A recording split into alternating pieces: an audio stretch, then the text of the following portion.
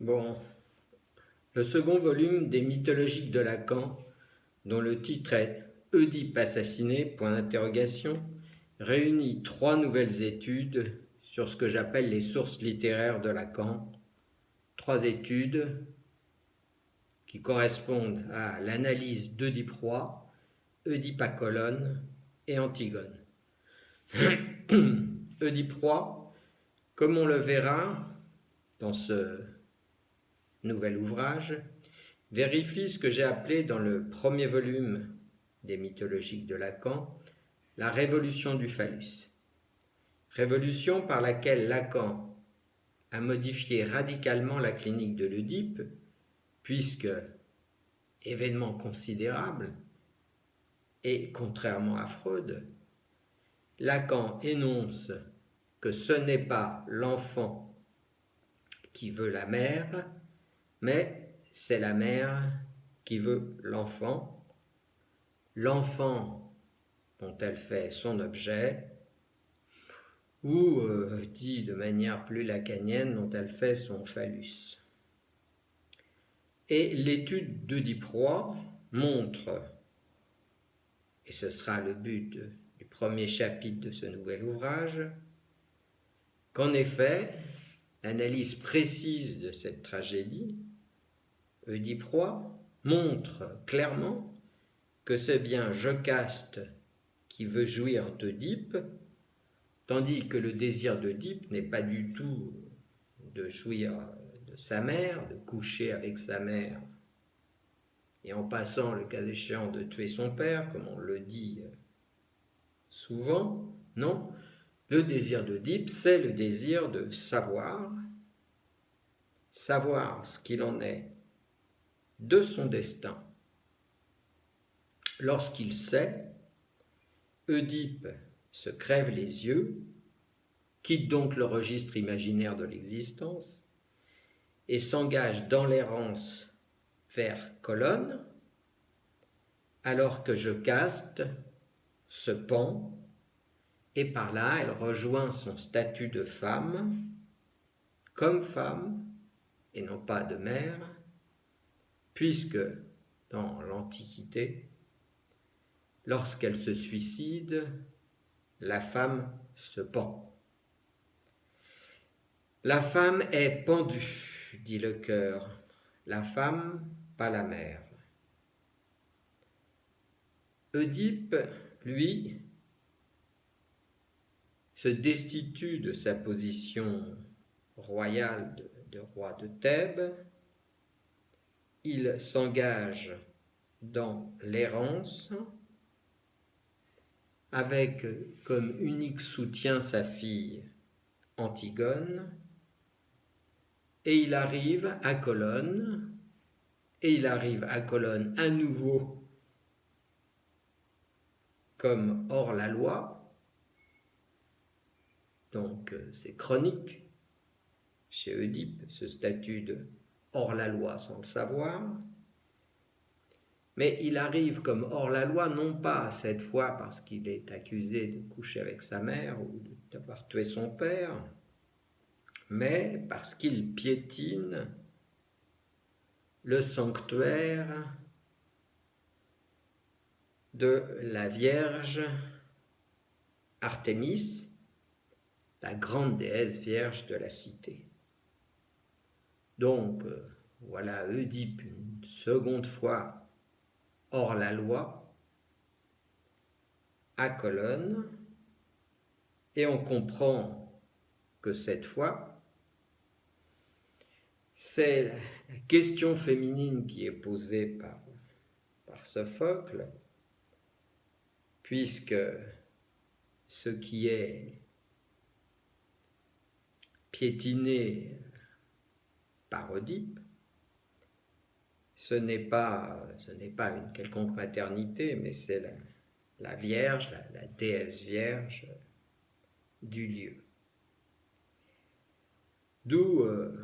j'en ai conclu que le thème central, un des thèmes centraux plutôt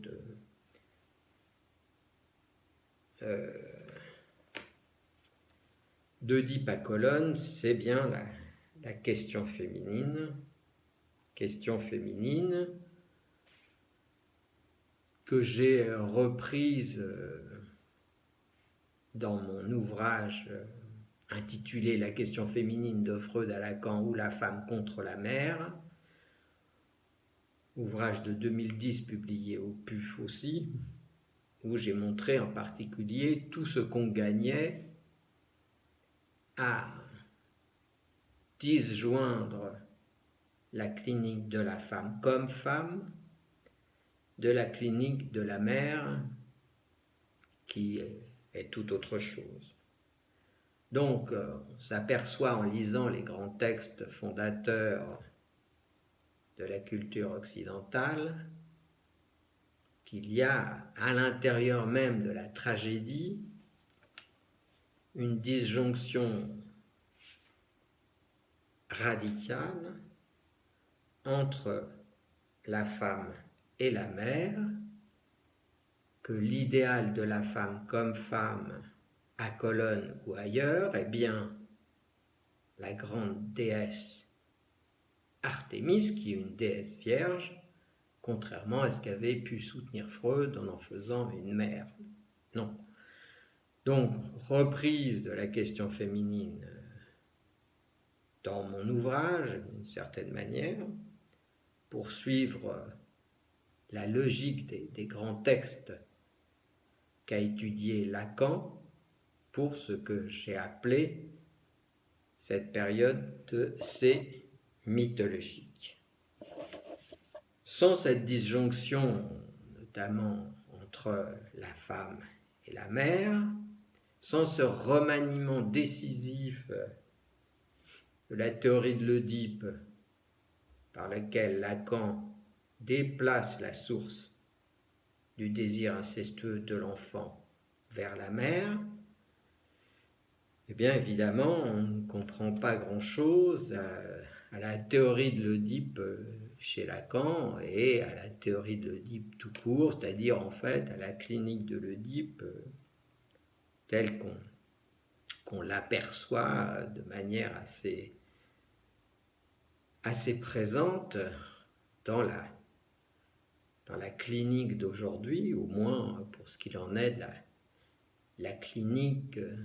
de ceux qui sont sujets à la névrose, un peu moins ou d'autres manières pour ceux qui sont sujets à la psychose. En tout cas, ce que l'on constate aujourd'hui, contrairement à ce que j'entends régulièrement, naturellement, ce que l'on constate dans l'écoute clinique, dans le travail ordinaire, analytique, on va dire les choses comme ça assez mal, mais c'est de ça dont il s'agit, on aperçoit la présence extrêmement puissante du complexe d'Oedipe, au fond, appelons-le simplement par son nom, le complexe d'Oedipe, et si on prend les choses comme nous l'indique Lacan, en replaçant la source du désir oedipien dans la mère, alors on comprend pourquoi la mère veut un enfant, que cet enfant est en position d'objet, et qu'il revient donc naturellement du même coup à cet enfant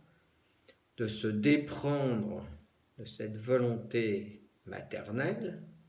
de le constituer comme objet de sa propre jouissance. Et j'ai montré dès le premier volume de ces mythologiques que la manière, enfin j'ai montré après Lacan, j'ai rappelé plutôt comment Lacan construit la défense de l'enfant dans ce premier volume des mythologiques de Lacan. Cet opérateur de défense que l'enfant construit est ce que Lacan appelle le fantasme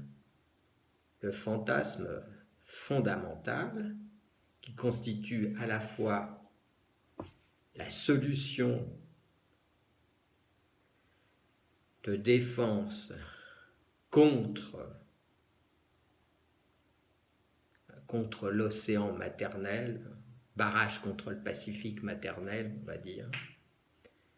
pour rester dans la littérature, mais qui est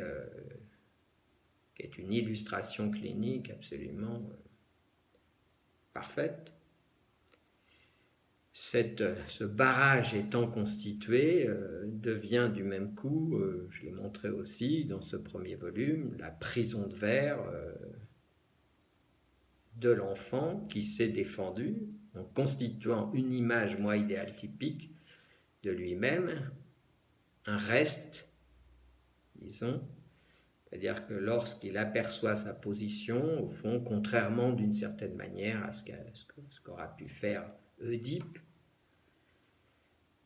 se débarrasser des attributs,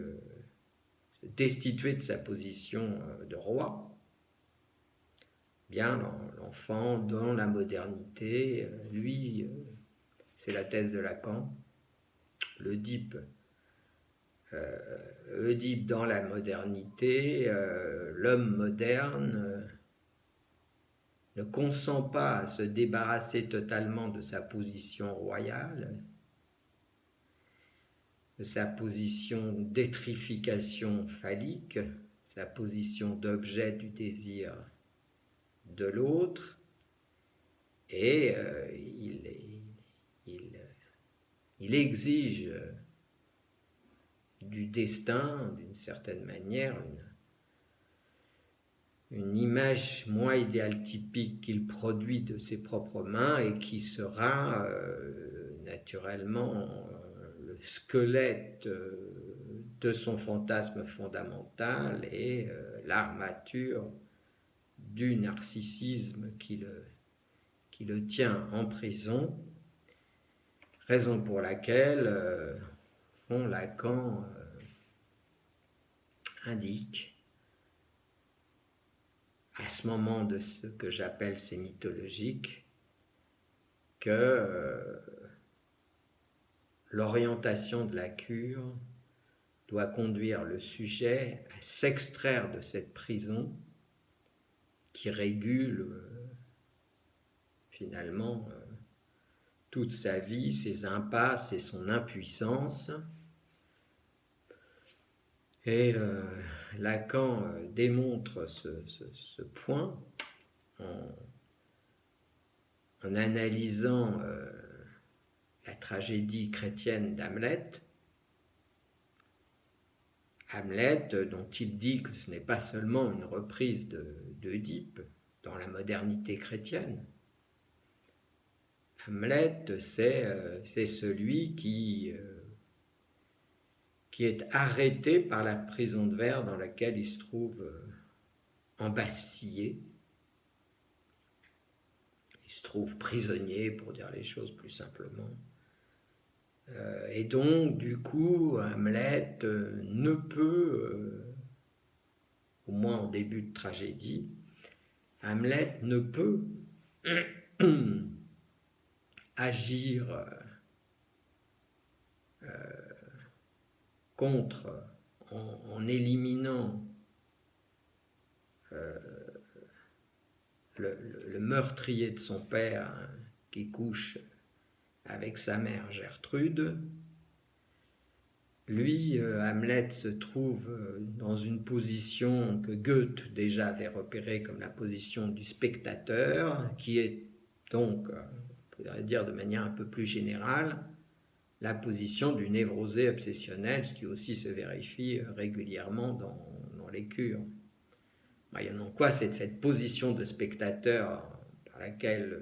l'obsessionnel voit sa vie de l'extérieur et qu'il perd naturellement, puisqu'il n'est pas dans la scène, mais hors scène, il se regarde.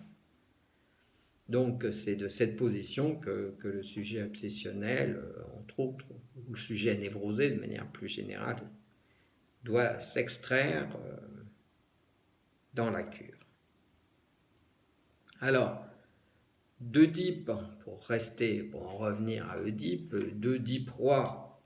où Oedipe est le roi de Thèbes, à Oedipe à Colonne, où le sujet Oedipe se prend les pieds dans le tapis une nouvelle fois, puisqu'il piétine le sanctuaire des déesses, on a un déplacement tout de même de la position d'Oedipe au regard des dieux qui finalement se retrouve assez satisfait du fait de l'automutilation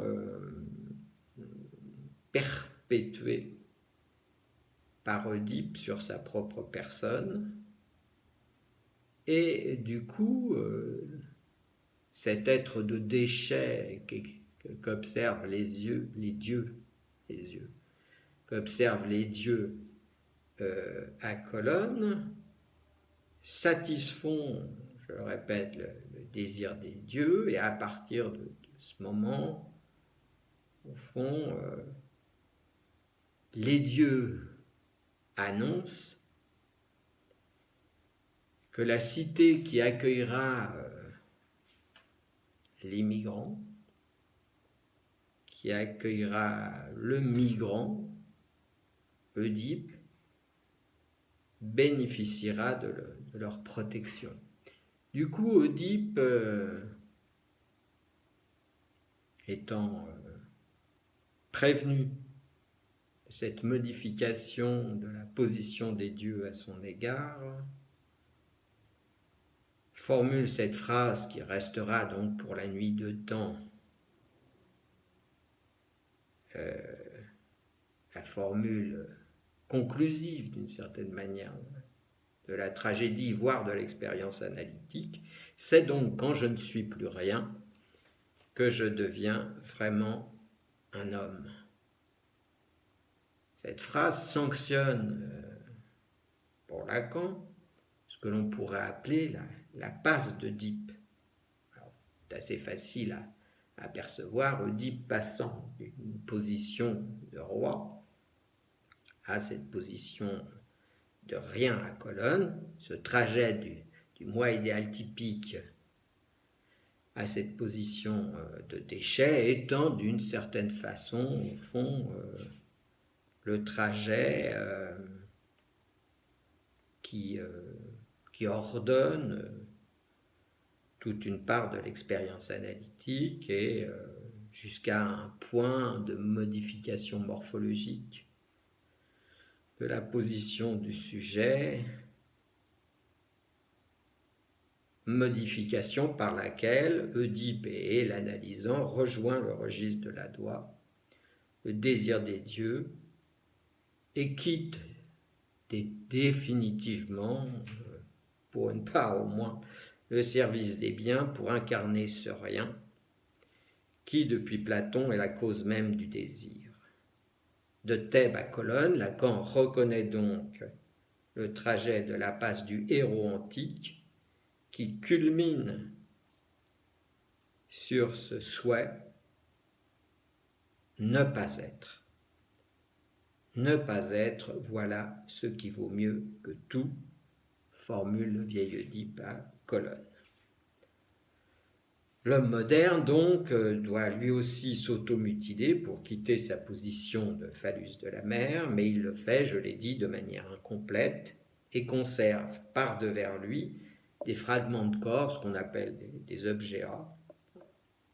ce que Lacan a appelé des objets A, autour de quoi le sujet construit, au fond, son fantasme fondamental, qui devient le garant de son être et sa prison de verre. La traversée du fantasme de l'homme moderne, voilà donc le but de l'analyse lacanienne. Et pour comprendre cette orientation, pour comprendre cette idée de Lacan, il faut comprendre naturellement, de son point de vue, la passe d'Oedipe, le deuil du moi idéal typique, c'est-à-dire ce qu'il appelle le deuil du phallus, l'incomplétude de l'être, et ce qu'il en est naturellement préalablement de la constitution du fantasme. Alors tout ceci vaut à l'évidence de manière assez convaincante pour le côté garçon. Côté fille, donc côté garçon, c'est Oedipe, puis Hamlet, qui retiennent l'attention de Lacan, étudiant les grands textes, non pas parce que les grands textes illustrent des complexes, mais parce que le sujet, pour Lacan, se déduit des grands textes littéraires. Alors, côté fille, c'est évidemment la tragédie d'Antigone, je l'ai annoncé déjà, que Lacan va analyser sous l'œil bienveillant, d'une certaine manière, en tous les cas, sous les auspices de Claude Lévi-Strauss, puisqu'il le dit clairement durant son séminaire, qu'il a questionné Lévi-Strauss à propos d'Antigone, dont il allait parler, pour d'une certaine façon aussi assumer la contrepartie dans le genre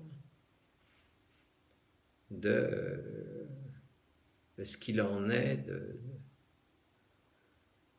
de l'expérience analytique côté femme, et du coup on retrouve naturellement la question féminine que j'ai longuement abordée, dont j'ai parlé plus haut. Et donc dans ce second ouvrage, second volume des mythologiques de Lacan, qui s'appelle Oedipe assassiné, on aperçoit, j'ai mis l'accent sur la manière dont Antigone est présentée par Lacan comme la garante du signifiant. Elle choisit donc la mort, comme on le sait, pour garantir le désir des dieux, et elle prend parti pour son frère criminel. Quoi qu'il en soit donc des actes de son frère contre la cité, puisqu'il a trahi la cité, il n'empêche, au prix de sa vie, elle exige l'enterrement de son frère. Du même coup, c'est un peu moins connu, elle désigne aussi Jocaste, sa mère, comme cause de son malheur, contrairement à ce que l'on pourrait s'imaginer, puisque elle s'est faite le soutien de son père pour toute l'errance d'Oedipe. Mais elle-même, d'une certaine façon, avait aperçu, dans le texte même de la tragédie, elle-même avait aperçu tout ce qui se fomentait, comme on dit, à partir de la volonté de jouissance de sa mère Jocaste. Et d'une certaine manière, on pourrait dire qu'Antigone est lacanienne, puisqu'elle s'accorde parfaitement avec Lacan, ou Lacan s'accorde avec Antigone pour repérer le point, la source de la jouissance chez la mère. Alors, dans le 4e chapitre de l'ouvrage Oedipe assassiné, je revisite la théorie de la castration dans la modernité d'Oedipe à Hamlet. Le 5e chapitre étudie ce qu'on appelle le deuil du phallus. Alors, le deuil qui est rien d'autre qu'une forclusion inversée, ce que j'explique dans l'ouvrage et qui est un peu compliqué à formuler comme ça et à comprendre immédiatement. Donc, mais enfin, il faut le lire, c'est une forclusion inversée. Et du coup, on peut comprendre pourquoi le phallus, sous la plume de Lacan, devient l'objet de la castration, tandis que les objets A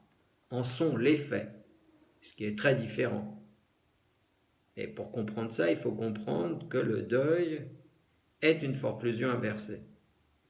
Bon. Alors on voit en tout cas avec ces modifications considérable qui anime cette période que j'ai appelée les mythologiques de Lacan. On voit que les incidences cliniques et théoriques de cette nouvelle lecture des sources littéraires de Lacan, ces incidences sont donc immenses. Elles touchent à ce qu'est le phallus.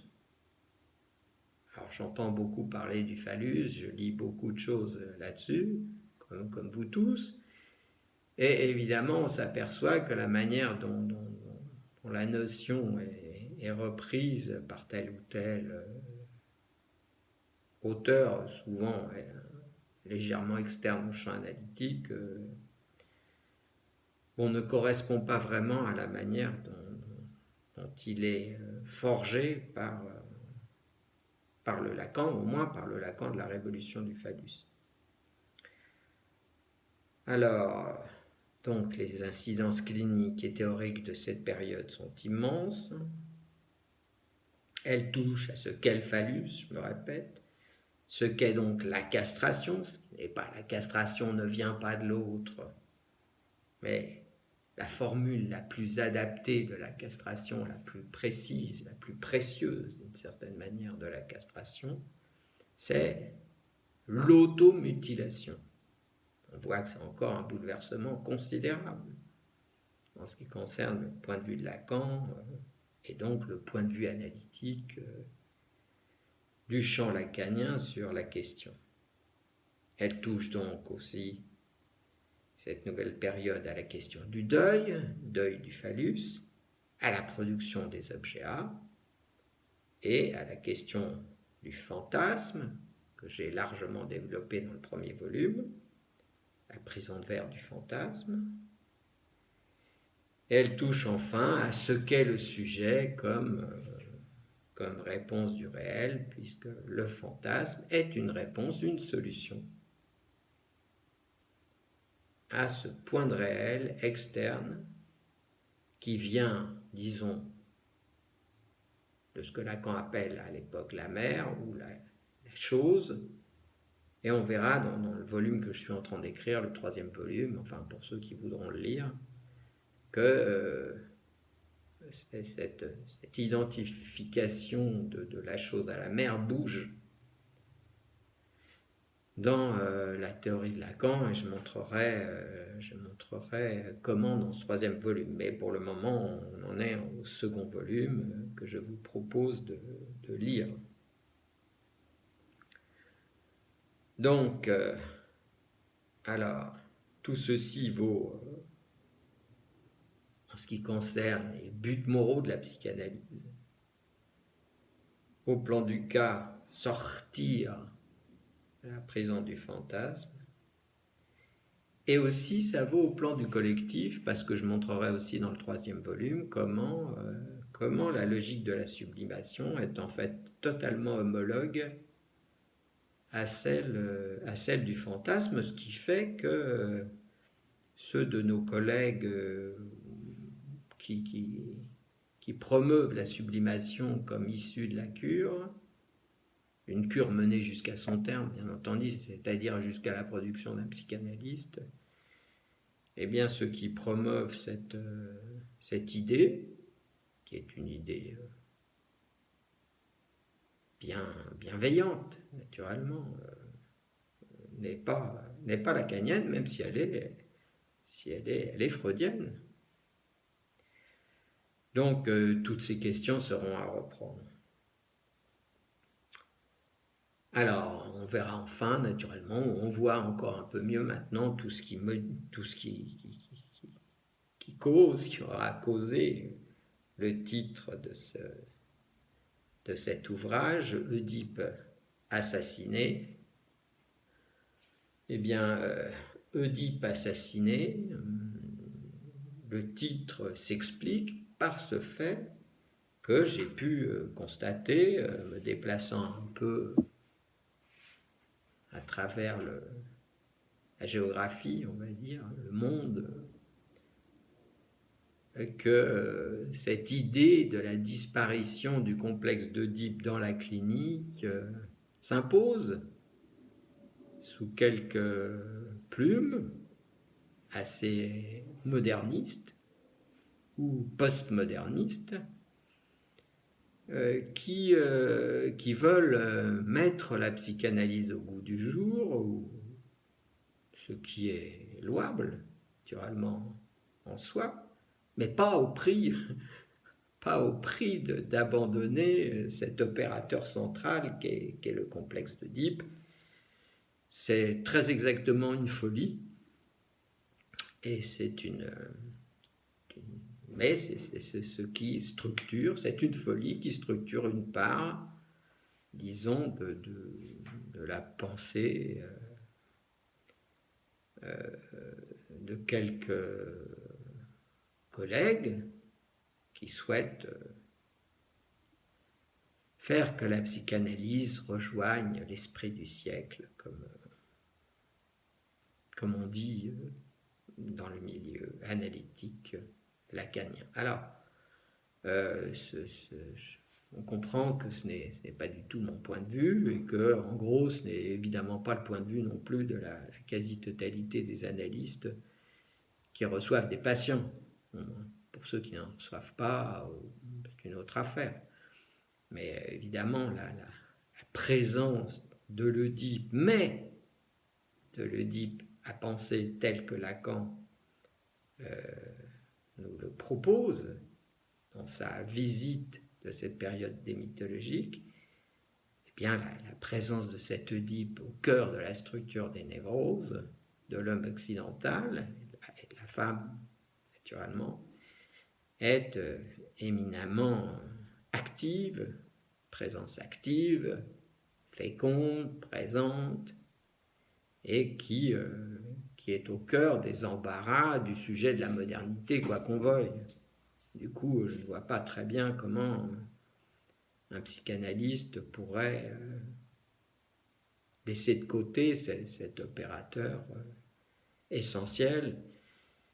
qui structure la névrose elle-même. Donc, d'où mon titre, Oedipe assassiné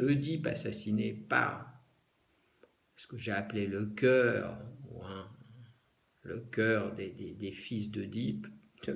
des fils d'Oedipe et des fils de Freud surtout, des fils de Freud qui, je le répète, souhaiteraient laisser de côté cet opérateur, alors que pour Freud, comme on le sait, c'est vraiment ce qui distingue les tenants, disons, de la psychanalyse de ceux qui s'y opposent. C'est le complexe d'Oedipe, c'est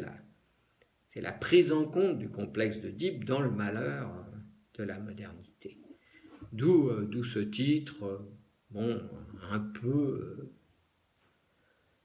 critique pour cet ouvrage que je montre là, je ne sais pas si on le voit bien. Donc, Oedipe assassiné. Alors, en ce qui concerne évidemment cet assassinat d'Oedipe dans la modernité, dans l'actualité plutôt, par quelques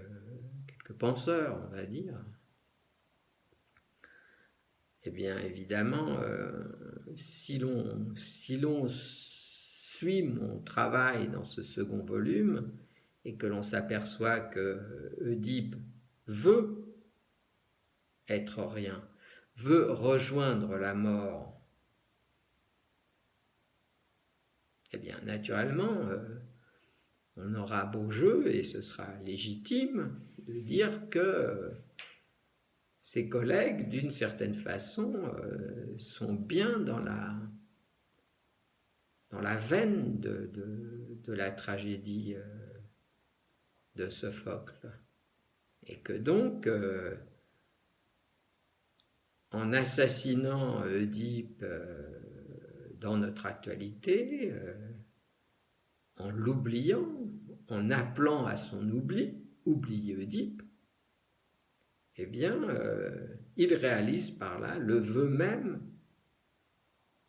du caractère Oedipe, qui, comme vous vous en souvenez, à Colonne sera donc mis au tombeau, mais mis au tombeau dans un lieu qu'il tient à garder secret. Il sera donc oublié, et donc, d'une certaine façon, je conclus ici sur le fait que ces camarades qui modernisent ou qui postmodernisent, au fond, agissent sous le désir même d'Oedipe, désir d'Oedipe qu'ils considèrent à tort comme obsolète et absent de la modernité, alors que toute l'analyse de la névrose, des garçons comme des filles, d'une certaine façon, et je dirais même que c'est pas tout à fait la même, quitte à me faire questionner là-dessus, eh bien, cette névrose dans notre actualité est parfaitement structurée par les grands textes de la mythologie, les textes sources de la mythologie occidentale, d'où l'idée de Lacan d'étudier tout ça de très près, parce que le sujet de l'inconscient se déduit des grands textes et non pas l'inverse. Voilà, donc merci pour votre attention et pour la lecture de ce second volume des mythologiques de Lacan qui est publié aux éditions RS. Voilà le volume 2 qui reprend la suite, qui prend la suite du volume 1 naturellement, qui s'appelait La prison de verre du fantasme. Celui d'ici s'appelle Oedipe assassiné, Oedipe roi, Oedipe à Colonne, Antigone ou l'inconscient des modernes. Merci pour votre attention.